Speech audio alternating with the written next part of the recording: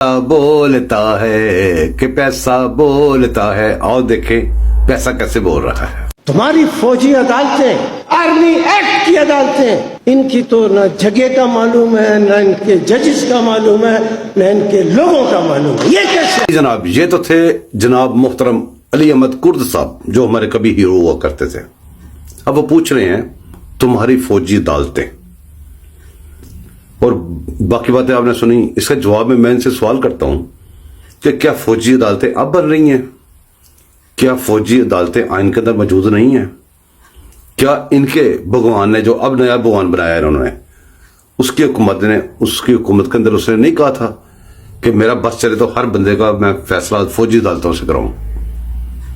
اور اس کے بعد یہ بندے یہ بتا سکتے ہیں کہ جب سارا کوئی باقی کام ہو رہے تھے، فوجی عدالتوں میں دوسرے لوگوں کو سزائیں ہو رہی تھیں عمران خان کے علاوہ، اس وقت یہ بولے تھے کبھی؟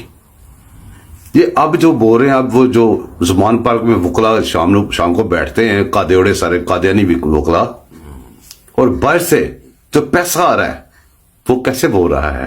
اس طرح ہوتا ہے سارا کچھ۔